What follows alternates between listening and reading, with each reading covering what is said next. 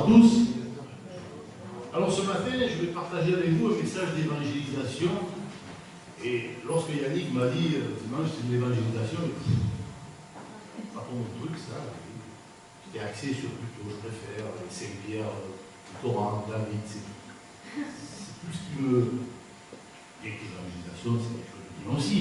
Et moi, je dis, voilà, qu'est-ce que je vais pouvoir dire? Puis bon, dans la semaine, je suis devant mon ordi, je vais sur le chrétien, je regardais un peu de fois, je n'avais pas. Et puis à un moment, j'ai eu ma cousine qui m'a dit, parle-moi. Amen. Tu parles de moi, ça suffit. Parle-moi. Alors, il va. Et comme ça est venu, les pensées au fur et à mesure, les lectures au fur et à mesure, des messages dont je m'inspire sur le chrétien, puisque bon, Internet est une bonne chose pour ces choses-là, puisque ça permet de connaître beaucoup de choses. Et une question est venue, et cette question, je vous la pose, est-ce que vous connaissez Jésus?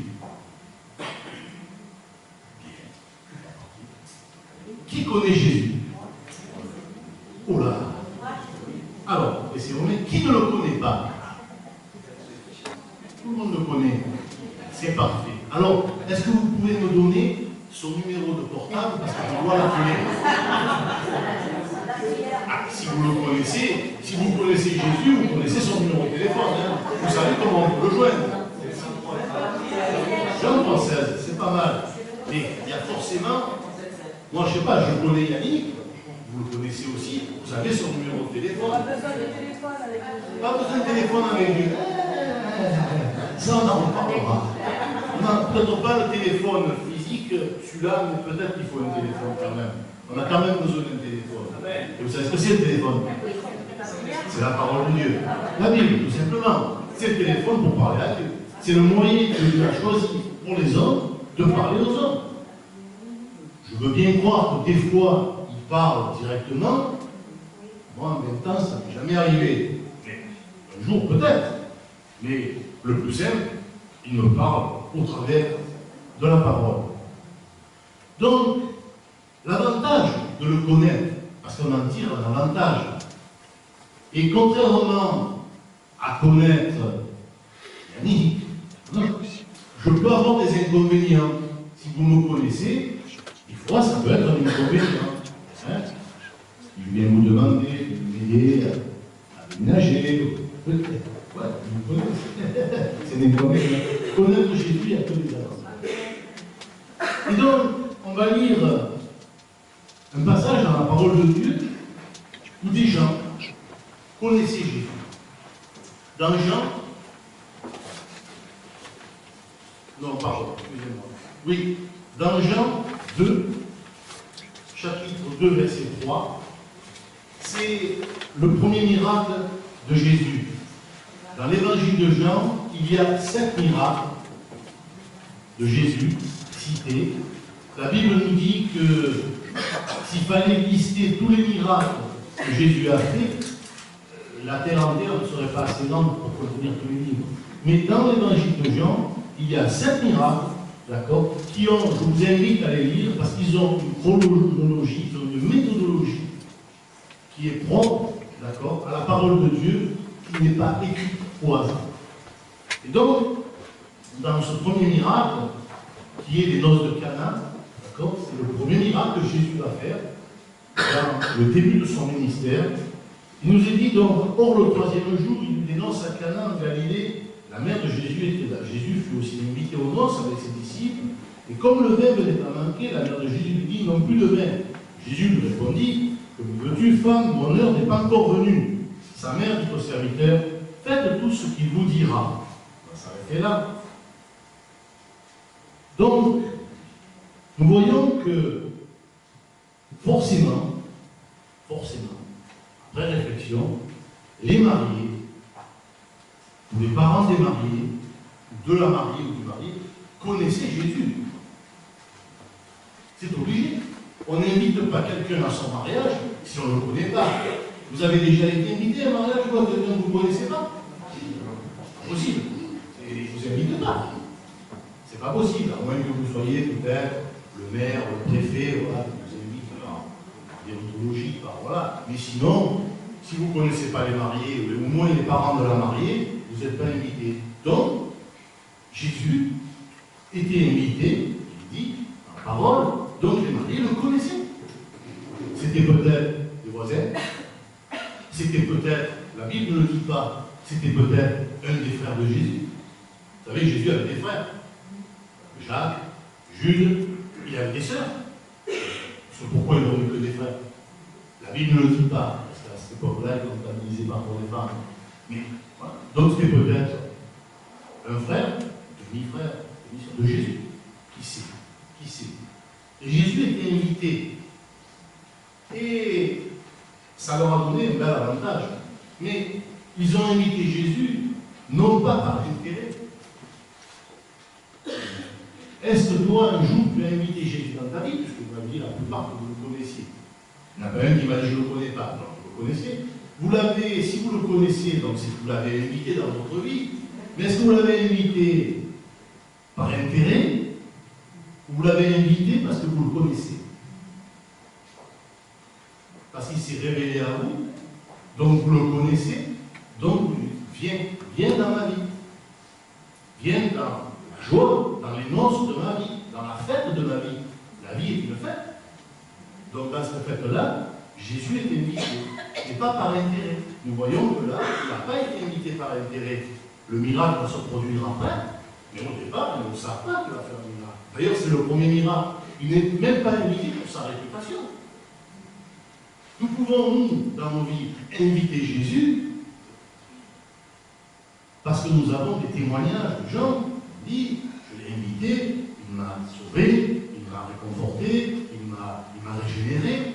Ah, ouais, moi aussi alors.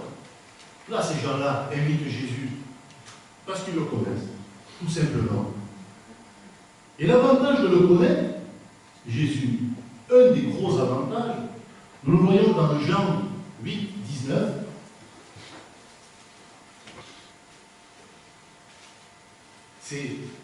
C'est l'avantage clé. C'est l'avantage, on va dire, le top de l'avantage. Il lui dira donc, où est ton Père? Jésus répondit, vous ne me connaissez ni moi ni mon Père. Si vous me connaissiez, vous connaîtriez aussi mon Père. L'avantage de connaître Jésus, c'est que tu connais Dieu.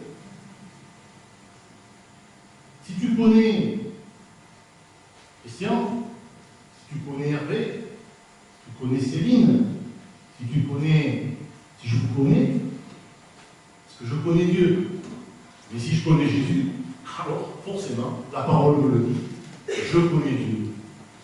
Et donc je change ma question, et puisque vous connaissez tout Jésus, je vais vous changer la question.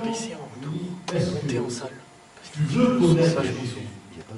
Mais le Jésus du miracle, le Jésus, parce que c'est en fait, le Jésus qui a fait dans ma vie, qui va faire dans ma vie, c'est celui-là qui est important. C'est pas le petit Jésus à la fête, ni le Jésus de la religion, c'est le Jésus personnel. Un jour, il y a mon frère François, je vous laisse pas là. Un jour, il y a 10 ans, je suis dans la rue avec lui avant un culte ou une réunion, je ne me rappelle plus quel jour c'était le dimanche, le mardi. Et là, il arrive quelqu'un, une personne, et là, il commence à nous parler, ouais, c'est une église évangélique, ouais, moi je connais, machin, il commence à parler. Vous savez, ces discussions stériles qui font que lui, il a raison, vous avez raison, ça sert absolument à rien. Et donc, et moi j'étais là, et bon, je dis non, nous sommes chrétiens, protestants, réformés. Ça, j'essaie d'expliquer, pédigré, chrétien. Et le gars, oui, lui, il a raison, ouais, moi. C'était un moment, François, carrément, d'un coup, il lui dit, est-ce que tu veux connaître Jésus? Il est parti. Il a dit ni oui, ni non. Il nous a regardé. La discussion est close. plus d'énergie gaspillée, à essayer de vouloir mettre des coups de l'huile sur la tête, non pas. Juste en prononçant, est-ce que tu veux connaître Jésus? Alors, je ne sais pas, peut-être que depuis il est converti, je ne sais pas, je l'ai vu, je ne me rappellerai même plus qui c'est, je sais que ça s'est passé il y a 10 ans, mais je ne me rappelle plus sa tête. Mais ça m'avait frappé, l'utilité.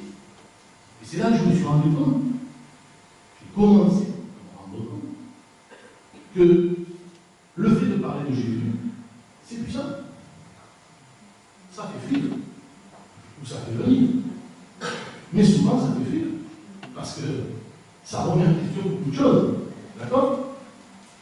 Donc, connaître Jésus, c'est une puissance. Donc, si tu le connais, tu l'invites à tes noces. Et le troisième jour, donc, il y a eu ses noces. Alors, lorsqu'on imagine les noces à l'occidental, ça ne fonctionne pas. La parole de Dieu, elle fonctionne mal. Ça fait un contresens, c'est des choses qui ne vont pas. Je me suis dit, mais comment Jésus? Je ne sais pas. La Bible dit, ne vous enivrez pas de vin. Et toi, tu vas donner du vin et du bon en plus. Et je ne comprenais pas, parce que je visualisais un mariage occidental, comme chez nous. C'est-à-dire que chez nous, s'il venait à manquer un peu de vin dans un mariage, c'est pas trop grave, on ne sera pas sur le champagne. Ben oui, en Occident, ici chez nous, ce miracle-là ne peut pas avoir lieu. Aujourd'hui, de la façon dont ça s'est déroulé, c'est pas possible. Parce que nous voyons que les mariages de l'époque, d'abord duraient 8 jours, ça durait 8 jours, la mariée était vue par le marié, n'était marié que quelques jours après, je ne sais pas combien, mais pas le premier jour. Il y avait la fête à la maison du marié, la fête à la maison de la mariée, et c'est là aussi, si vous réfléchissez un peu, que prend tout le sens de la parabole des vierges folles et des vierges sages qui attendent l'époux.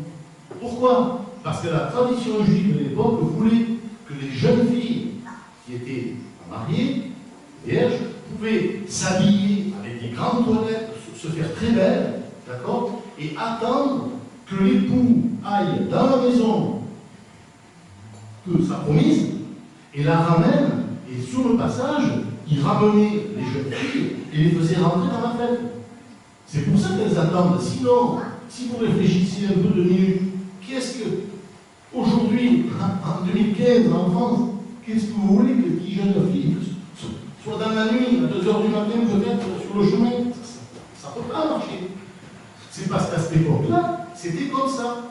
Et lorsqu'on arrête de focaliser sur notre contemporanité et qu'on part sur les faits de l'époque, alors on comprend les choses. Le mariage dure 8 jours. Et 8 jours, il ne s'enivrait pas forcément. Pendant 8 jours, il faut boire, il faut manger. Il faut boire du vin, il faut manger, raisonnablement. Pourquoi se soulever? C'était pas obligé. Mais s'il y avait peut-être, je ne sais pas, n'importe quoi, 200 invités, à cette époque-là, ils devaient inviter. Hein? On a vu un peu à la télé, des fois, des mariages. C'est quand même la grosse fête, c'est une grande famille. Donc si c'est invité beaucoup de monde, il en faut des litres de vin pendant 8 jours. Donc le vin venait à manquer tout simplement parce que les intendants n'ont pas assez fait de réserve, mais ce n'était pas du tout dans une soulerie de veuve, c'était quelque chose de normal. Et si on prend un mariage d'aujourd'hui qui dure une journée, un repas, ça ne fait pas, ça ne marche pas. Ça marche pour cette époque. Et là, Jésus était là. Donc si Jésus n'avait pas été invité, je ne savais pas que Jésus va faire ça. Et vous vous rendez compte, l'avantage d'avoir invité Jésus? Non, plus il va s'occuper. Et nous voyons que, tout simplement, dans nos vies, tout simplement, inviter Jésus dans nos vies, même si on ne sait pas ce qu'il va faire, forcément, il va bien le faire. Amen. Et je vais vous citer un proverbe, ne le cherchez pas dans la Bible, il est tout nouveau. C'est Proverbe de Daniel, chapitre 1, verset 1. Je vais vous dire. C'est invite Jésus quand tout va bien, il sera là.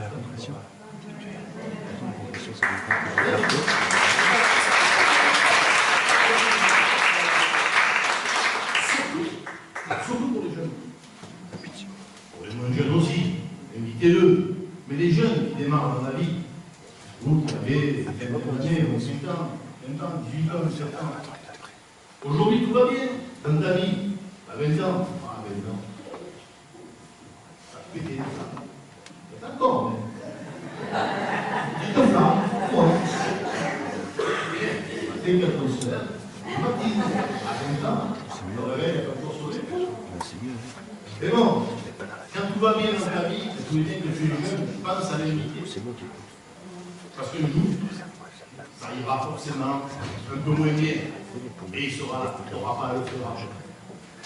Donc nous voyons que dans la parole de Dieu, dans la parole de Dieu, nous voyons que apprendre à connaître Jésus quand tout va bien est un gros avantage. D'accord? Et nous voyons que dans la continuité de l'histoire de ce témoignage, de ce miracle, il ordonne deux choses, Jésus. Nous voyons que Jésus a accompli le miracle déjà par la parole. Il y a des miracles où Jésus s'est servi de la parole, mais a aussi fait quelque chose. Lorsqu'il fait avec de la boue, avec sa salive, il applique sur les yeux de l'aveugle, il engage sa gestuelle, il engage autre chose. Après, par la parole, il va se là, il ne bouge pas. Sa mère lui dit qu'il n'y a plus de vin, il a bu. Là aussi, lorsque on entend Jésus dire que veux-tu femme, en 2015, avec le MLF, là, et la laïcité, et la parité, tout ce que vous voulez, quand une femme entend que veux-tu femme, qu'est-ce qu'il dit Jésus? Mais si vous prenez les textes et que vous allez dans les textes, c'est très affectif ce qu'il dit. C'est très très affectif. Lorsqu'on traduit les textes en langue grecque, ça n'a rien à voir avec le que veux-tu femme. Dédaigneux, non, c'est pas du tout ça. Il lui dit tout simplement, je vais attaquer mon ministère, si tu veux, ça va commencer par là. Mais mon heure n'est pas encore venue. Vous savez pourquoi il lui dit ça? Tout simplement. Il lui dit, voilà, remplissez d'eau ces vases. Nous voyons dans Éphésiens 5, 26, il nous est dit, Christ a aimé l'Église afin de la sanctifier en la purifiant et en la lavant par l'eau de la parole. L'eau a une grande importance. Et lorsque Jésus demande de remplir ces vases, ne croyez pas que ce soit des vases pris au hasard. Ce sont des vases qui servaient à la purification. Ces 6 vases-là, ces 6 jarres, elles contenaient de l'eau pour la purification rituelle. Donc, aller remplir d'eau ces vases, normal, ils se remplissaient d'eau, ils remplissaient d'eau. Et lui, il va changer en verre. Je ne vous dis pas, à l'époque, les pharisiens de l'époque, voyant ce à quoi Jésus, il s'était servi de ces vases pour transformer en verre, c'est un sacrilège pour l'époque. Et Jésus veut montrer à travers ça qu'il bouleverse complètement le principe de la purification. Le principe de purification par l'eau de l'époque, il est aujourd'hui par l'eau de la parole, mais il est transformé par le vin qui représente son sang à la croix. Jésus voulait tout simplement dire, je transforme l'eau en vin dans ces vases de purification, parce que ce vin-là, c'est un vin de purification, c'est mon sang. Voilà pourquoi il dit, mon heure n'est pas encore venue. Parce que tout simplement, ce n'était pas encore l'heure d'aller à la croix. Mais pourtant, il va accomplir et montrer que le chemin à suivre maintenant, c'est l'eau de la parole qui purifie, et le vin, le sang, symbolisé par le vin, qui purifiera plus tard, quelques 3 ans et quelques plus tard. Mais il le dit déjà, et il va bouleversé complètement, complètement. Il dira dans Ézéchiel 36, verset 25-26, « Je répandrai sur vous une eau pure et vous serez purifiés. Je vous purifierai de toute souillure et de toutes vos idoles. Je vous donnerai un cœur nouveau, je mettrai en vous un esprit nouveau, j'enlèverai de votre corps le cœur de pierre et je vous donnerai un cœur de chair. » Jean 35. Jésus répondit, en vérité, je te le dis, si un homme est né d'eau et d'esprit, il ne peut entrer dans le royaume. L'eau, dans ces vases-là, est une eau de purification transformée en vin. Et puis il donnera une deuxième parole. Il dira, puisez et apportez-en à l'ordonnateur sur vos pas.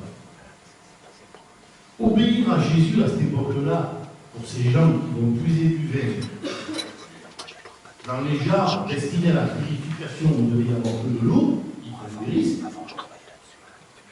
Des risques, c'est ça. Ils vont toucher à ces jarres, ils vont puiser du vin dedans. Et c'est contraire à toute la loi, c'est contraire à tous leurs principes. Ils ne peuvent pas comprendre. Mais ils vont le faire. Ils vont le faire. Et on trouve ici un processus où le corps est lavé de l'eau pure, les cœurs sont purifiés d'une mauvaise conscience, il y a la plénitude de la foi, parce que lorsqu'il nous dit remplissez d'eau, maintenant puisez, je pense que, je ne sais pas comment ça s'est passé, remplir d'eau, moi, tu me dis, je le fais, maintenant puise du vin,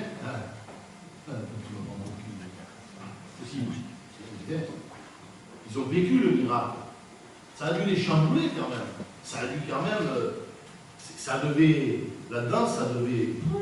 Je sais pas, j'y étais pas.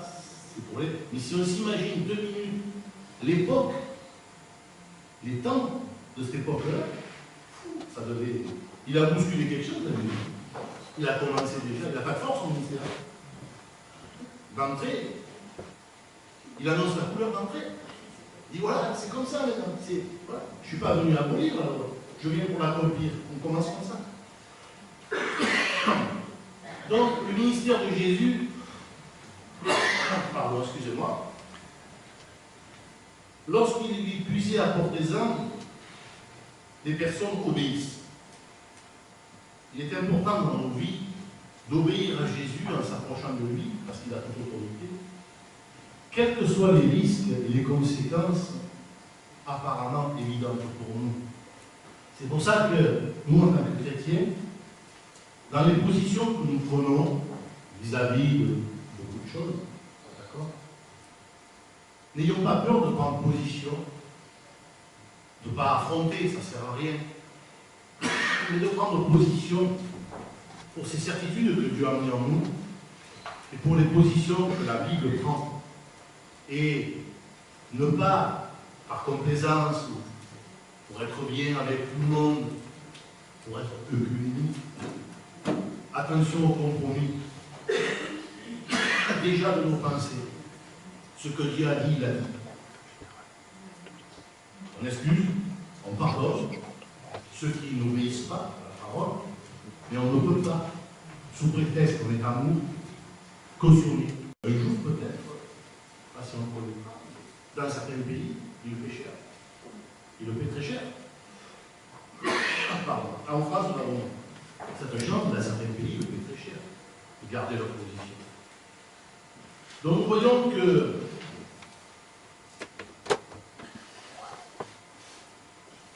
le ministère de Jésus débute avec du vin.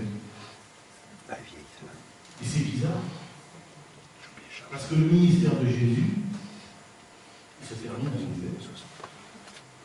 Non? Eh oui, le repas.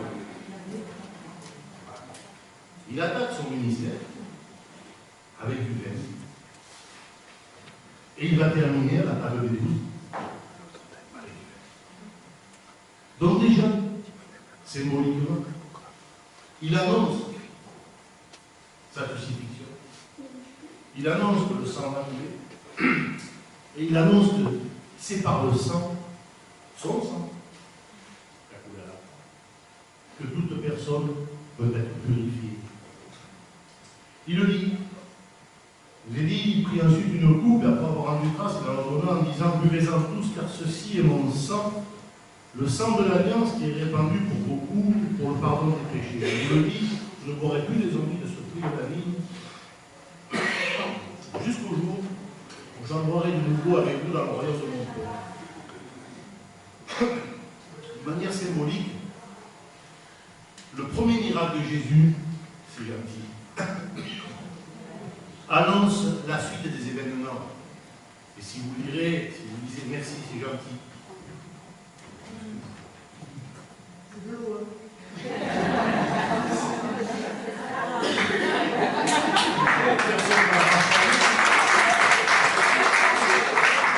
Mais c'est de la bonne eau. Donc de manière symbolique, nous voyons que là, le premier miracle de Jésus, c'est pas par hasard. C'est pas un hasard s'il est venu à des noces. C'est pas un hasard s'il a changé l'eau en vin dans le tout premier miracle. Il aurait pu commencer par guérir un paralytique, il aurait pu commencer par un genou. Il commence son ministère comme il va le finir. Parce que le message de l'évangile, le message de la croix, est le but principal de la venue de Jésus sur la terre. Et Jésus, bien qu'il ait fait des miracles, bien qu'il ait chassé les voleurs du temple, bien qu'il ait fait beaucoup de choses, qu'il a nourri la foule, qu'il a fait le message de Jésus-Christ sur la terre, c'est ni plus ni moins d'annoncer sa crucifixion et le salut perdu. C'est le message de la Bible en entier, mais c'est le message du ministère de Jésus. Donc, pour faire une première conclusion, on va dire, est-ce que votre vie est un banquet, ma vie, je m'inclus dedans, réussi ou un banquet raté? Ça, c'est la première question. La réponse vous appartient. Ça m'appartient pas. Je ne veux pas la savoir. Mais vous savez. Si c'est un banquet réussi, alors c'est que vous avez invité Jésus. C'est pas possible qu'il en soit autrement. Si c'est un banquet raté, alors ne tardez pas à l'inviter. Ne tardez pas à l'inviter et laissez-vous parler. Que Jésus puisse vous parler au travers de sa parole, afin qu'il puisse purifier vos idées. Vous savez, on a tous des idées un peu préconçues des fois, des certitudes, on croit. Puis, quand on vient boire de l'eau de la parole, vous voyez comme ça, mais c'est pas comme ça, c'est plutôt comme ça. Et ça change. Et ça change que si l'eau de la parole vient nous révéler. Sinon, on reste sur nos certitudes, qui sont souvent fausses, malheureusement, et notre vie sera un échec. Obéissez à sa parole, lorsqu'il dit remplissez, puisez, il nous demande d'obéir à sa parole tout simplement, et le miracle interviendra. Si l'on obéit à sa parole, le miracle de la foi va intervenir. Alors oui, il n'y a aucun problème, j'ai aucun doute là-dessus. Mais si on n'obéit pas à sa parole, si on ne met pas sa foi en action, si Jésus me demande d'aller prendre les gens et de remplir de l'eau dedans, de mettre de l'eau dedans, si je ne le fais pas, jamais il y aura du verre. Jésus n'a pas transformé l'air, le vide, en vin. Il a transformé l'eau en vin. Il a fallu pour ça que les gens aient suffisamment de foi dans un premier temps, même si c'est toute petite. Je suis sûr que la première fois qu'il a dit aller remplir les vases, celui qui les a remplis, je vais le faire quand même. Qu'est-ce qu'il veut? Enfin, je ne sais jamais vu ça. Mais il va le faire. Et l'autre va puiser. Et le miracle va encore. Et pour que le miracle ait lieu, il faut faire. Sinon, c'est vrai. Est-ce que vous serez, est-ce que je serai au nord de l'agneau, où Jésus boira du vin nouveau avec nous? Ça, c'est une question. Chacun est libre de penser. Donc, la première leçon leçon sur la foi donnée par ce premier miracle, cette première leçon sur les 7 miracles de l'évangile de Jean, c'est déjà d'inviter Jésus dans notre vie. Mais de l'inviter, pas par intérêt, mais de l'inviter tout simplement parce que je le connais un peu, et je veux un peu plus le connaître. Et après, viendra ce qui viendra. Et je veux l'inviter, surtout dans les moments où je n'ai pas besoin de lui. Même si j'ai besoin de lui tous les jours, mais il peut s'avérer qu'à certains moments, il semblerait qu'on en ait moins besoin. Ben, c'est à ces moments-là qu'il ne faut surtout pas oublier de l'inviter. Ça évitera beaucoup de problèmes. La foi amène le miracle. Mais la foi qui amène le miracle, consiste simplement à une attente de sa parole et une obéissance à sa parole. Faites ce qu'il vous dira. Marie lui dit, faites ce qu'il vous dira, tout simplement. Sa mère savait. Donc elle savait que s'il faisait ce que Jésus va leur dire, le miracle aurait lieu. Elle le savait déjà. Donc ce premier miracle est basé sur l'obéissance. Et il fut une révélation pour la gloire de Jésus. Parce que quand même, je suppose, même si le plan de Dieu voulant qu'il le crucifie, d'accord, crucifier quelqu'un qui fait que du bien, quelqu'un qui fait des miracles, quelqu'un qui te transforme l'eau en pinard, du bon en plus. La Bible nous dit que c'était du bon. C'est pas de la ricaine. Et tu vas le crucifier. C'est pas possible. Humainement parlant, c'est pas possible. Mais tout simplement, c'était le plan de Dieu. C'était le plan du Père. Jésus a obéi au plan du Père. Mais ça a été son premier miracle. Et je suppose, je suis même sûr, ça a dû faire le tour. Le tour de la Galilée, le tour de Cana, le tour de la Galilée, vous vous rendez compte, ce qui a dû se dire au lendemain matin, dans la déclaration d'avant matin. Vous vous rendez compte? Vous vous rendez compte dans le journal de l'époque? Un homme, le fils du charpentier, Jésus, pas le Messie, il ne savait pas. D'ailleurs, il a refusé.